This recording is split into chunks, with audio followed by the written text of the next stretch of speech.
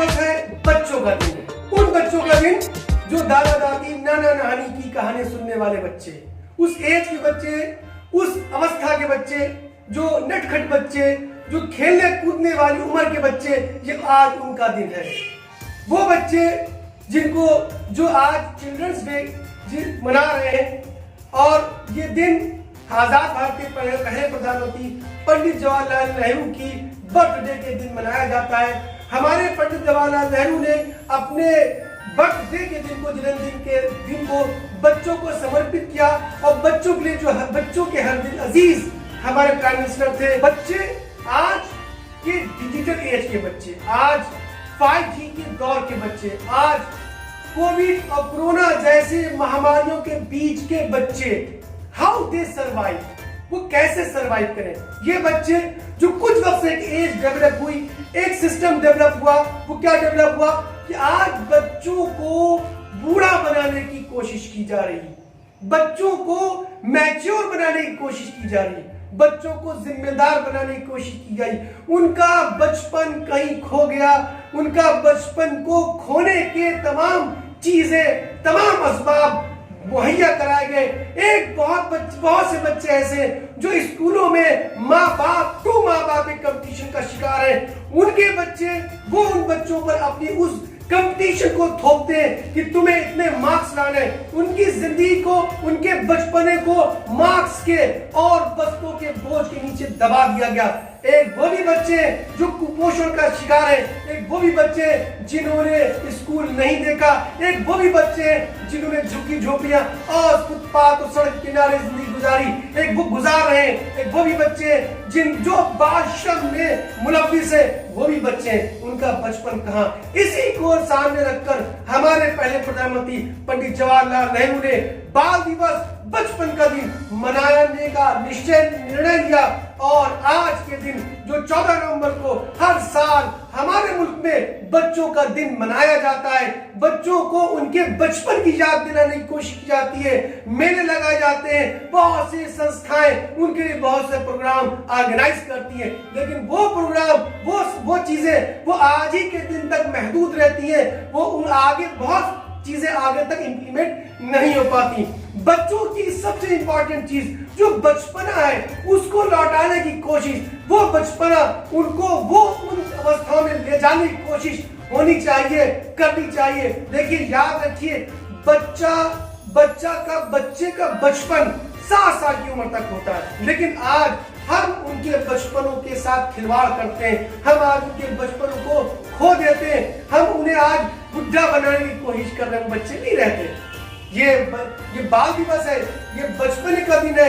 कहते हैं बच्चे मन के सच्चे, सारी जग के आंखों के तारे। वो बच्चे जो मासूम है, जो कोमल है, जिनका हृदय कोमल है, वो कोई चीज बल्कि वो माहौल से सीखते हैं। बच्चा जिस वक्त पैदा होता है, जिस वक्त वो जन्म लेता है, तो उसके अंदर उसका एक कैमरा ऑन हो जाता है, जैसे सीसीटीवी कैमरा होता है। बड़े बड़े स्कॉलर्स की रिसर्च है, बड़े बड़े स्कॉलर्स ने लिखा कि वो बच्चा बिल्कुल एक रिकॉर्डिंग मशीन की तरह होता है, कि वो बच्चा माहौल से हर चीज को रिकॉर्ड कर रहा होता है। जो वो देख रहा था वो उसके जहन पर, उसके मस्तिष्क पटल पर अंकित हो जाता है, उनके दिमाग के अंदर वो चीज जहन नशीन हो जाती है, और बच्चा उस चीजों वही बचपन, वो छोटी सी उम्र ही बच्चे के व्यक्तित्व को बनाती है। लेकिन इसमें सबसे बड़ा किरदार माँ बाप का होता है। सबसे बड़ा और सबसे इंपॉर्टेंट जो स्टार्टिंग होती है बच्चे की बनाने की, कहते हैं कि बच्चा कल का भविष्य है, बच्चा कल का लीडर है,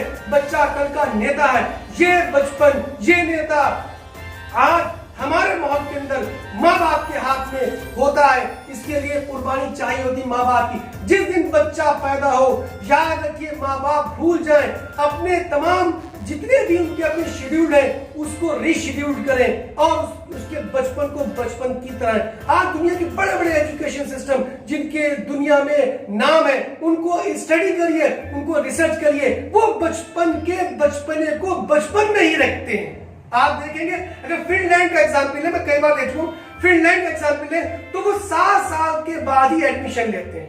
7 साल से पहले वो वही दौर जो हमारे मुल्क का दौर है, वो वही दौर जो हमारे देश की प्रीत है, वही दौर जो हमारे देश की परंपरा और रिवाज है कि माँ नाना नानी, दादा दादी जब बड़े कहानियां सुनाते हैं, उनको खेलने देते हैं, उनको फ्री कर देते हैं, याद रखिए बच्चा इस फ्री होने से, जो आज हम टोकते हैं बच्चों बैठ जाओ, डांटते हैं तो बच्चा सहम जाता है। याद रखें, डांटने से सहम जाने से उसका बचपना रुक गया, या तो वो उस डांट से डर उसके दिल में पैदा होगा, उसकी सोचने की जो सलाहियत है वो कम होगी, या तो वो रिवार्ड उसका रिएक्शन करेगा। तो ये डांटना बच्चा जो कर रहा है उस पर नजर रखिए कि बच्चा क्या कर रहा है। अगर बच्चा शैतानी कर रहा है तो यानी कि बच्चा नई नई क्रिएटिविटी तलाश करता है, उसकी क्रिएटिविटी है, उस क्रिएटिविटी को होने दीजिए, उसको वो शैतानी की तरीकों को खोजने दीजिए। लेकिन हाँ, नजर रखिए। एक बात और बता दें, बच्चे, स्कॉलर्स का ये कहना है, बच्चे की जो कंसंट्रेशन है वो 15 सेकंड की होती है। हम लोग की बड़ों की जो कंसंट्रेशन है किसी भी चीज को कंसंट्रेशन के साथ 7 से 10 मिनट तक होती है, बच्चे की 15 सेकंड की तकरीबन होती है। अगर बच्चा मान लीजिए कोई शैतानी कर रहा है और आप उसे रोक रहे हैं, रोकिए मत, उसने नजर 15 सेकंड बाद, सपोज वो एक मोबाइल से खेल रहा है, 15 सेकंड बाद मोबाइल फेंक देगा, दूसरी चीज उठा लेगा, 15 सेकंड के अंदर ही वो अपने दिमाग को चेंज कर देगा। यानी 15 सेकंड कंसंट्रेशन उसको आपको वॉच करना है, उसके उस शौक, अगर वो कुछ गलत करे तो उसके शौक, उसकी उस शैतानी को, उसके उस एक्टिविटी को आपको डाइवर्ट करना है, उसको कहीं और कन्वर्ट कर देना है।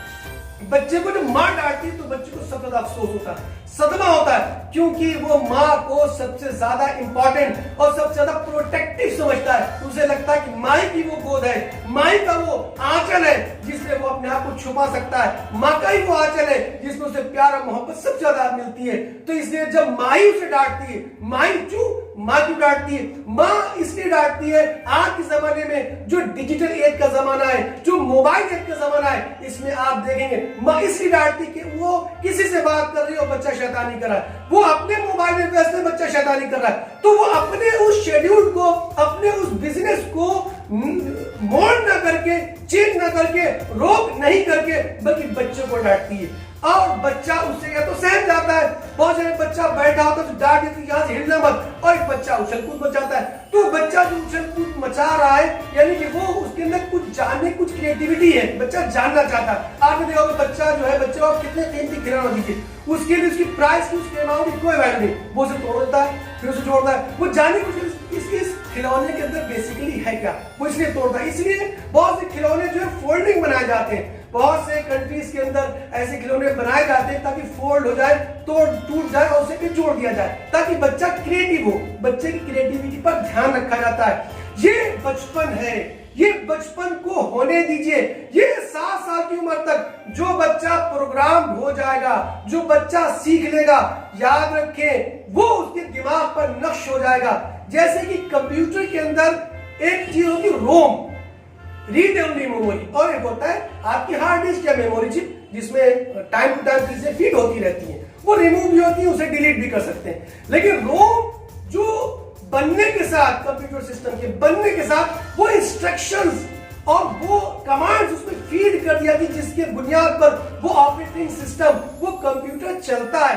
उसी तरीके से जिसे आसानी से डिलीट नहीं किया जा सकता और वो चीजें डिलीट नहीं हो सकती, उसी तरीके से बच्चा जिसने आंख खोली वो अपने माहौल से, अपने एटमॉस्फेयर से, उनकी बातों से, माहौल की बातों से चीजों को सीख रहा है। हमें बाकायदा एक एक्ट करना पड़ेगा, हमें एक बाकायदा फिल्म की तरह सेट बनाना पड़ेगा अपने घर पर, कि बच्चा उस माहौल से उस चीजों सीखे। सपोज अगर हम बच्चे को डॉक्टर बनाना चाहते हैं, हम बच्चे को इंजीनियर बनाना चाहते हैं, हम बच्चे को डीएम बनाना चाहते हैं, हम बच्चे को एसपी बनाना चाहते हैं, हम कोई एडमिनिस्ट्रेटिव पोस्ट पर बच्चे को लाना चाहते हैं, तो उससे कहो मत बनो, बल्कि हम उसे रिस्पेक्ट दें, हम उसके साथ वैसा व्यवहार करना शुरू करें, हम उसके साथ वैसा रिएक्ट करना शुरू करें, हम उसको वैसे एटिकेट दें, ताकि बच्चा अपने आप को उसके अंदर ढाल ले।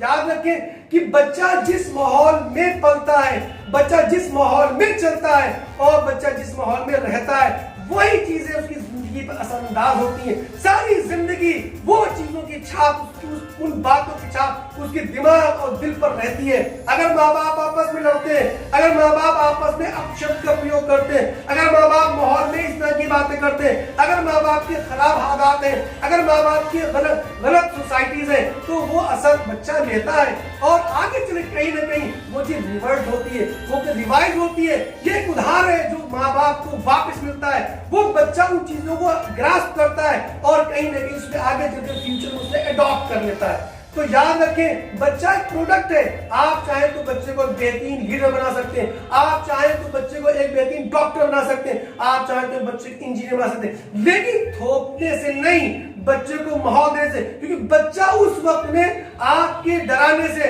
आपके धमकाने से वो डिस्ट्रैक्ट तो होगा, वो आपका चीजों से दहशत ज़दा होगा, लेकिन बच्चा उस चीज को उस हिसाब से अडॉप्ट नहीं कर पाएगा। आप जो कह रहे हैं, जिस चीज को मना कर रहे हैं, वो उस चीज को आप कहने से नहीं रुकता, बल्कि जो आप कर रहे हैं, जो आप रिएक्ट कर रहे हैं, जो आप कर रहे हैं, वो सीखता है। वो आप ही कैसे, आपने कहा झूठ मत बोलो बेटा, वो कभी नहीं रुकेगा अगर आप झूठ बोल रहे हैं। अगर घर का माहौल आपने ऐसा बनाया कि जिसमें इंसान बनते हो, अगर घर का माहौल आपने ऐसा बनाया कि जिसमें व्यक्ति बनते हो, पर्सनालिटीज बनती हो, जिसमें स्कॉलर्स बनते हो, वो ये देखता कि हमारे घर में बातें किस तरह की होती है, वो देखता है हमारे यहाँ डिस्कशंस किस तरीके के होते हैं, वही डिस्कशन, वही बातें वो अपने अंदर अडॉप्ट करता जाता है और फिर वही अपने साथ समाज में और सोसाइटी में लेकर जाता है। मैं बात करूं हमारे प्रधानमंत्री पंडित जवाहरलाल नेहरू की, थोड़ी सी उनकी जिंदगी की बात करूंगा। देखिए, जब वो इंग्लैंड गए पढ़ने के लिए, तो एक बार उनके पापा ने, उनके पिता ने, जो उस वक्त में भारत के बड़े आदमियों से, अमीर आदमियों में से उनका गिनती हुआ करती थी, अपने बेटे को लेटर लिखा कि बेटा तुम्हें किसी चीज की प्रॉब्लम, किसी चीज की तकलीफ तो नहीं है। तो पंडित मोतीलाल नेहरू का जब लेटर वहां पहुंचा, तो पंडित जवाहरलाल नेहरू ने, जो वहां इंग्लैंड में पढ़ा करते थे, उन्होंने लिखा अपने पापा को कि मुझे और कोई तकलीफ नहीं है, लेकिन मुझे एक तकलीफ है कि यहाँ पर राज परिवार, जो आपका इंग्लैंड का जो राजशाही परिवार है, उसका एक शहजादा भी यहाँ पे पढ़ता है, पढ़ता है, जो वो क्लास से निकलता है तो उसके दोनों साइड की गेट पर गाड़ियां खड़ी होती हैं। अब वो अपने दोस्तों के साथ बात करता हो, जिधर चाहता है चला जाता है और वो गाड़ी बैठता है, उसे चला जाता है। तो पंडित मोतीलाल नेहरू के मैनेजर को बुलाया और ये पूछा कि इंग्लैंड में जहां भी हमारा बेटा पढ़ता है उसके कितने गेट है। तो बताया कि गालिबन शायद 7 गेट है। तो अगले दिन पंडित नेहरू के लिए 7 गेट पर गाड़ी खड़ी थी। यानी कि आप फैसिलिटी देखें कि जिस कुलीन वर्ग से उनका ताल्लुक था और जो फैसिलिटी उनको दी गई थी पढ़ने के लिए, लेकिन जब वो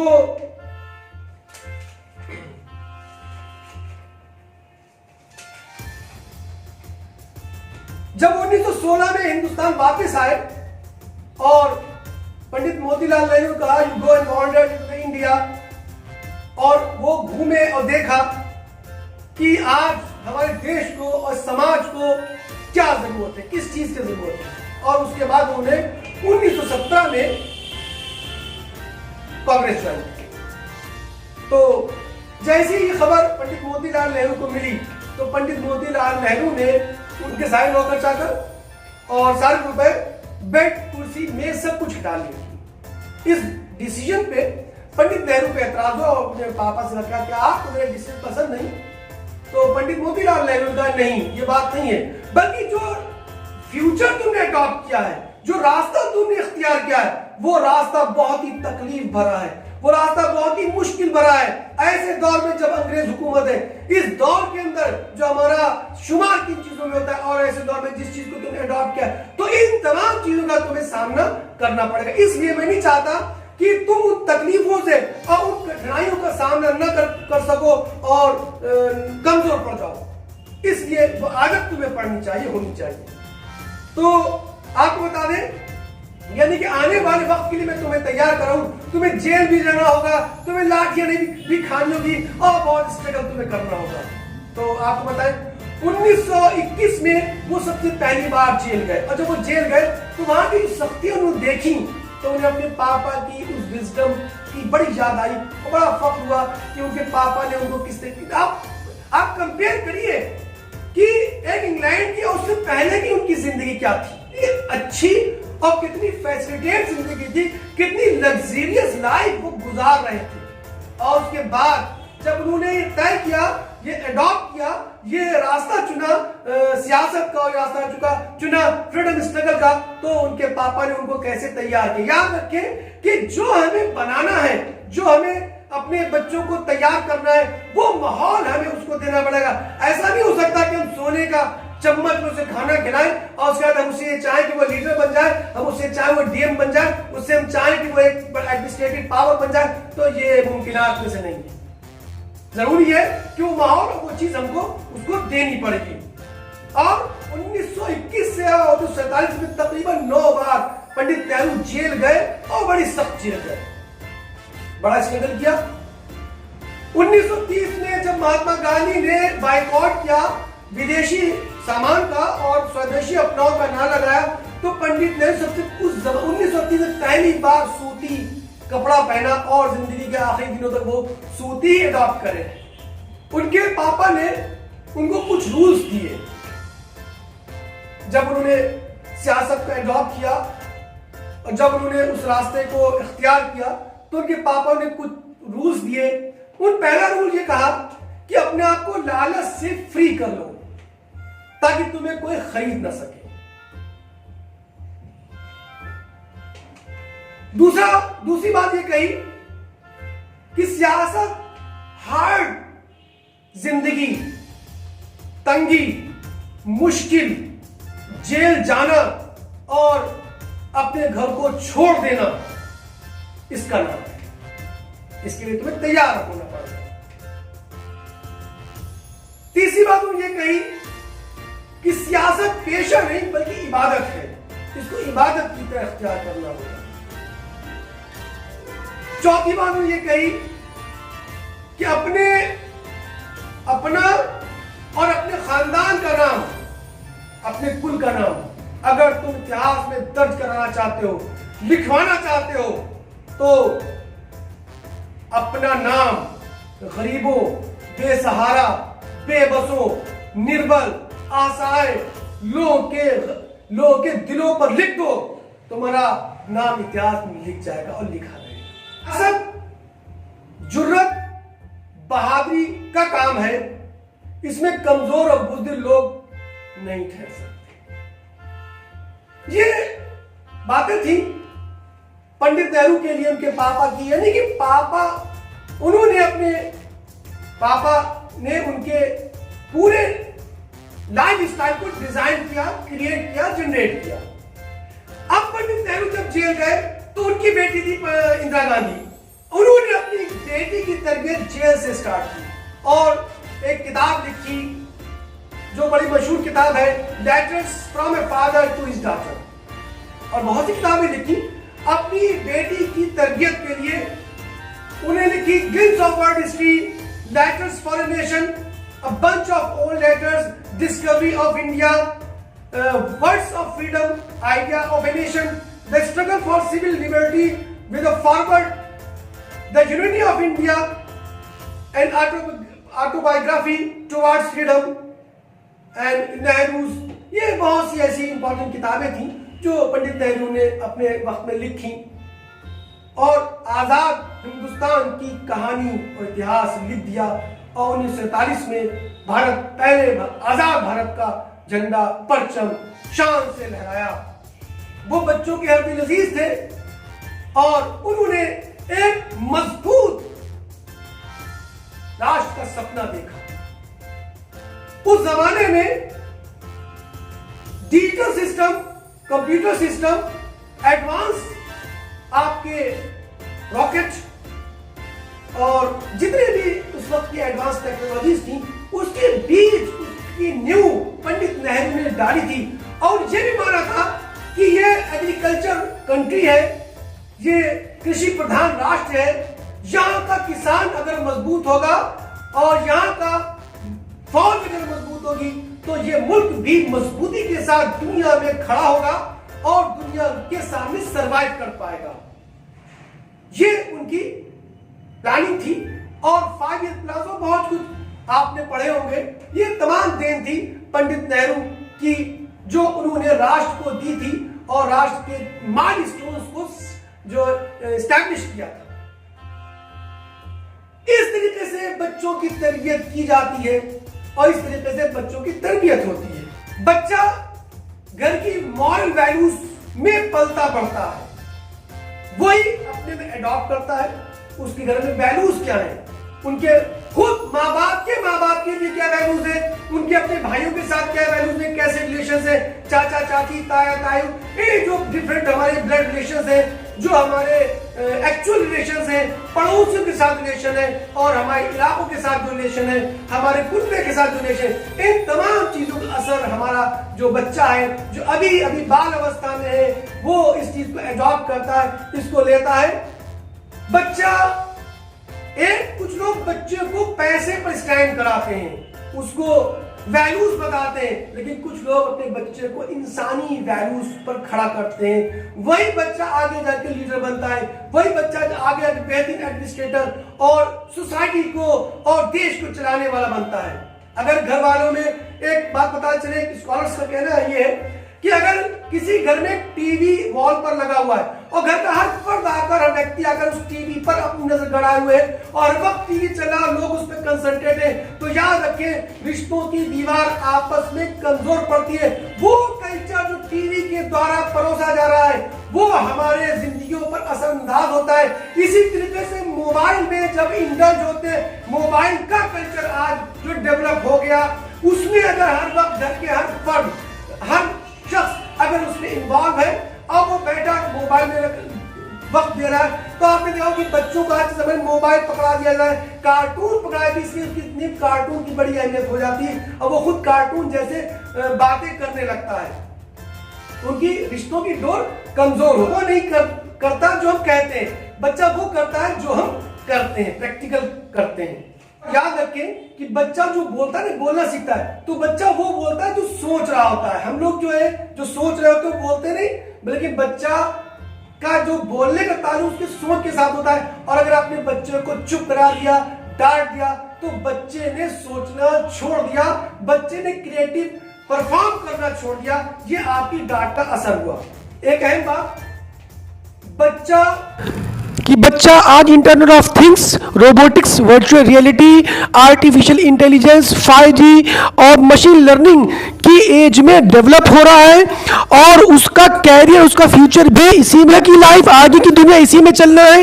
ई लर्निंग का जमाना है। आज कोविड के बाद सब चीज ई लर्निंग पर, ऑनलाइन पर, इंटरनेट पर बेस्ड हो गई है। जिंदगी पूरी तरीके से उस पर आ गई है, जिसकी वजह से स्कूलों और कॉलेजेस के अंदर ऑनलाइन गेम्स की लत, सोशल मीडिया की लत, पोर्न कंटेंट देखने की लत, साइबर बुलिंग जैसे इंटरनेट इविल्स के शिकार बच्चे हो रहे हैं। माँ बाप भी गलती कर रहे हैं। माँ बाप भी बगैर सोचे समझे अपने छोटे छोटे बच्चों की जो फोटोज हैं, इमेजेस हैं, वो ऑनलाइन अपलोड करते हैं। या ऐसी बहुत सी वेबसाइट और ऐसी बहुत सी जो रिसर्च ऑर्गेनाइजेशन, उनका ये कहना है कि वो बच्चों के फ्यूचर को खतरे में डाल रहे हैं और जिसकी वजह से आज बच्चे hacking, cyber bullying, kidnapping, paedophilia जैसे बहुत ऐसी चीजों का शिकार हो रहे हैं और उनकी जो डिजिटल फूड प्रिंट तैयार किए जा रहे हैं, जो फ्यूचर में उनके लिए खतरा है और उसके द्वारा उनके साथ खिलवाड़ किया जा रहा है। और आपको बताते चले, ऐसे ऐसे खतरनाक गेम्स आ रहे हैं जिन पर कोई रोक टोक नहीं है।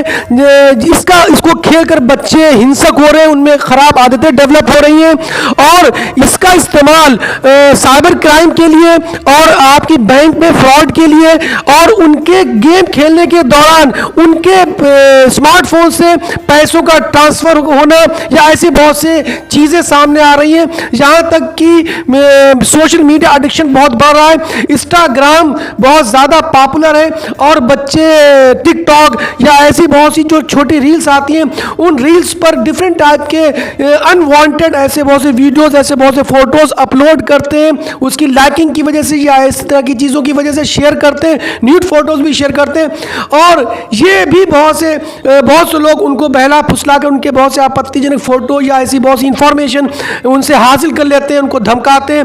और चाइल्ड ऑनलाइन ग्रूमिंग भी हो रही है, पोर्नोग्राफी और साइबर बुलिंग जैसे बहुत से मामला सामने देखने को आ रहे हैं। बच्चे ग्रुप्स की फॉर्म में बट रहे हैं और ऐसे ऐसे चैट्स, ऐसे ऐसे ग्रुप्स डिजाइन किए जा रहे हैं जिनमें आपस में इख्तिलाफात, आपस में बहुत सी ऐसी चीजें डेवलप की जा रही हैं जिसका इस्तेमाल बच्चों में तोड़ पैदा करने के लिए, बच्चों में नफरत पैदा करने के लिए। अब वो जो बच्चा, उसका जो चाइल्ड, उसका जो बचपन है, जब वो इन नफरतों के साथ, इस देश के साथ, ऐसी सोच के साथ, ऐसी खराब विकृति के साथ जब डेवलप होगा तो उनके बचपन पे कितना खराब असर पड़ेगा। इसलिए जरूरी ये है कि इसके लिए सबसे पहले जिम्मेदार पेरेंट्स हैं, वो इसका ख्याल रखें कि मोबाइल या इंटरनेट वो कितनी देर तक देखता है, इसका ध्यान रखें। उनकी स्क्रीन जो टाइम है उसको तय करें। इसके अलावा उनका स्मार्टफोन और उनका जो मोबाइल है और उनका जो लैपटॉप है या उनका जो डेस्कटॉप है वो ऐसी जगह पे रखें जहां पे आसानी से एक्सेस हो आप सबका और वो नजर में रहे, वो जबरदस्ती ना देखें बल्कि नजर में रहे। उसके अलावा रात में उनके कमरे में लेट आवर्स में उनके लिए फोन को या ऐसी चीजों को बैन कर दे, रोक लगा दे। उसके अलावा पूरी तरीके safety control, parent safety control रखें, पॉपअप ब्लॉकर्स को यूज करें, ऐसे ब्राउजर और ऐसी चीजों का इस्तेमाल करें जो बच्चों के लिए बने हैं या उसमें खास तौर से ऐसे सेफ्टी कंट्रोल्स लगे हुए हैं। उसके अलावा बच्चों का भरोसा जीते, उनसे अच्छी बातें करें, उनसे घुले मिले। वो जब कोई बात, ताकि वो आपसे कोई सी भी प्रॉब्लम को, सी बात को शेयर कर सके, वो आपसे डरे नहीं। अगर कोई ऐसी गलती आप उनको करते हुए देखते हैं तो उन पर ज्यादा सख्ती ना करें बल्कि बहुत आराम से उसे मैनेज करें, उनकी काउंसलिंग करें। उसके अलावा बच्चे ज्यादा आज के जमाने टेक्नोलॉजी सीख रहे हैं और माँ बाप बड़े फख्र से ये बात कहते हैं कि अरे हम तो, हमारा बच्चा हमसे ज्यादा आगे। ये गलत बात है। आप भी उस टेक्नोलॉजी को सीखें ताकि वो आपको बेवकूफ ना बना सके, ताकि आप उस पर सही तरीके से उसकी देखरेख कर सके। ये उनके फ्यूचर के लिए बढ़िया है, उनके आने वाले कैरियर के लिए बढ़िया है, वरना आप उन्हें खतरे में डाल रहे हैं। इसके अलावा कुछ स्कूलों की भी जिम्मेदारियां हैं कि वो पेरेंट्स से उनकी भी कोई ऐसी बात अगर होते देखें, वो अपना जो बिजनेस मोटिव सामने न रखें बल्कि वो पेरेंट्स से बात करें और ऑनलाइन सुरक्षा से रिलेटेड बहुत सी इंटरेक्टिव वर्कशॉप वो कराते रहे। ऐसे काउंसलर की व्यवस्था करें, ऐसे लोगों को टाइम टू टाइम बुलाएं जिनसे वो बच्चे अपनी बातों को शेयर भी कर सके और वो उनको समझा भी सके। इसके अलावा कंप्यूटर जो स्कूल्स में लगे हुए हैं उनमें गैर पॉपअप्स को ब्लॉक रखें और उनको ऐसा सेफ्टी और सिक्योरिटी वाला सिस्टम प्रोवाइड करें जिससे अननेसेसरी की वेबसाइट या ऐसी चीजें उन तक ना पहुंच सके। इसके अलावा बच्चों की लाइफ स्किल डेवलप करने के लिए उनके फ्यूचर प्लान के हिसाब से उनके सामने जो प्रेजेंट में आने वाली प्रॉब्लम्स हैं या चुनौतियां, उसकी वो प्रॉब्लम्स, वो क्वेश्चनिंग उनको प्रोवाइड करें। ये तमाम चीज़ों का ख्याल रखना पड़ेगा, तब जाके आप कुछ कर पाएंगे। अगर आप बच्चों का हिफाजत करना चाहते हैं, बच्चों को एक अच्छा फ्यूचर देना चाहते हैं, तो ये कुर्बानी स्कूल्स को भी, बड़ों को भी और पेरेंट्स को भी देना पड़ेगी। अपने टाइम में कटौती करके, अपने तमाम शेड्यूल को चेंज करके वो इस पर ध्यान देना पड़ेगा, तब जाके कोई अच्छा मुस्तकबिल अपने बच्चों को दे पाए। एक अहम बात, बच्चे के अंदर सेल्फ स्टीम और कॉन्फिडेंस लेवल को डेवलप करिए ताकि ये दो चीजें उसकी जिंदगी पर बड़ी और उसकी जिंदगी में बड़ी इंपॉर्टेंट है कि बच्चा खुद में कॉन्फिडेंट हो और बच्चा सेल्फ स्टीम हो। ये बहुत अहम है और ये बहुत इंपॉर्टेंट है। बच्चे को रिस्पेक्ट दीजिए। बच्चे को अगर आप रिस्पेक्ट देंगे तो बच्चा इंसल्ट बर्दाश्त नहीं करता।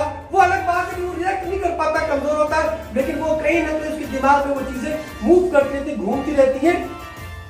घर के अपने कुछ नॉर्म्स बनाइए। जैसे अगर बच्चे को आपने किसी बात पे टोका है, फॉर एग्जाम्पल आपने कहा बच्चे अगर बेटा अगर तुमने ऐसा काम किया, अगर तुमने अपने होमवर्क पूरा नहीं किया या तुमने ऐसा काम नहीं किया या तुमने ऐसा काम किया तो हम तुम्हें पिज्जा खिलाने नहीं ले जाएंगे या तुम्हें घुमाने नहीं ले जाएंगे। अगर बच्चे ने ऐसा नहीं किया तो याद रखें फिर आपको वो फाइन इम्पोज करना पड़ेगा ताकि बच्चे के लिए उस डांट की और उस फाइन की वैल्यू होता क्या है कि बच्चे को टाइमली तो डांटा जाता है या उसको कहा था वैसा करेंगे, लेकिन फिर वैसा नहीं किया तो बच्चा फिर ये समझता है कि अगर हम कोई भी गलती करेंगे या कोई भी हम ऐसी काम करेंगे उसके बाद ये फिर चीजें नॉर्मल हो जाएंगी। तो जितना छोटा फाइन आप उसको डिजाइन करते हैं अपने नॉर्म्स के हिसाब से तो वो उसे इम्पोज करें ताकि वो अगली बार इस चीज को ना करे। इस तरीके से हमें बच्चे को ये तो करना है, लेकिन उसे मारना नहीं है और उसकी इंसल्ट नहीं करना है। तो ये पॉइंट्स हैं, ये बातें हैं हमारे बच्चों के लिए और बच्चों को बनाने के लिए। बचपन न खोए, ये बातें हैं कि बचपन के साथ साथ हम उसको माहौल से सिखाएं, ना कि हम उसे उस कोर्स पर और उन चीजों पर सिखाएं। याद रखें, आज 5G का जमाना है, डिजिटल एज का जमाना है और ग्लोबल कंपटीशन का जमाना है। ये कंपटीशन, ये ग्लोबल जो सिस्टम है, इसमें हमारा बच्चा, आज का बच्चा उठ रहा है, बढ़ रहा है और बहुत सी ऐसी चीजें समाज में आज मौजूद है। उन सब से हमें ऊपर ले जाकर उनके बचपन के साथ, उनको वैल्यूज के साथ इस बच्चे के भविष्य को हमें तैयार करना है। ये बच्चे ही हमारा कल का भविष्य है। यही बच्चे आज के डिजिटल एज के हीरोज हैं। यही बच्चे आज 5G के बड़े स्टार हैं। यही हमको बनाना है। इन्हीं बातों के साथ मैं अपनी बात पूरी करता हूं और बहुत मुबारकबाद देता हूं आज के बाल दिवस की, आज के बच्चों के, कि उनको ये दिन बहुत बहुत मुबारक हो और उनकी जिंदगी में ये दिन हमेशा आए और वो दुनिया के लिए एक बेहतरीन माइलस्टोन साबित हो। वो दुनिया के लिए ऐसे किरदार पेश करें, ऐसे अपने व्यक्तित्व से वो दुनिया को दिखाएं कि ये इस मुल्क के बच्चे हैं जहां डाइवर्सिटी इन यूनिटी है, जहां पर अनेकता में एकता है और इसके बीच में ये बच्चे बढ़ के एक बड़े लेवल पर स्टैंड करें और दुनिया को दिखाएं, दुनिया को बनाएं कि ये हमारे देश के, हमारे मुल्क के बच्चे हैं जो बचपन से लेकर और बड़े तक जिनके बारे में उनके टीचर्स, उनके समाज, उनका माहौल और वो इलाके उनकी तारीफ करते हो और उनको इंस्पायरेशन मानते हो। ऐसे बच्चे हमें बनाना है। ऐसे बच्चों के लिए हम माँ बाप को मुबारकबाद पेश करते हैं, जो माँ बाप अपने बच्चों के लिए ऐसी कुर्बानियां देकर उनको खड़ा कर रहे हैं। हम उन टीचर्स को मुबारकबाद पेश करते हैं जो अपनी कुर्बानियां देकर ऐसे बच्चों के लिए अपने आप को कुर्बान कर रहे हैं और अपने जज्बातों को कुर्बान कर रहे हैं और वो नेशन बिल्डिंग में हिस्सा ले रहे हैं, इन बच्चों के भविष्य में हिस्सा ले रहे हैं। बच्चे हमारे डिजिटल एज के बच्चे हैं, ये हमारे डिजिटल एज का मुस्तकबिल है, ये हमारे ग्लोबल वर्ल्ड, वर्चुअल वर्ल्ड के बादशाह हैं। इनको आगे बढ़ना है, इनको दुनिया में छा जाना है और इनको बहुत कुछ करना है। ये भविष्य बनेंगे। हमारी शुभकामनाएं, हमारी बेस्ट विशेष के साथ।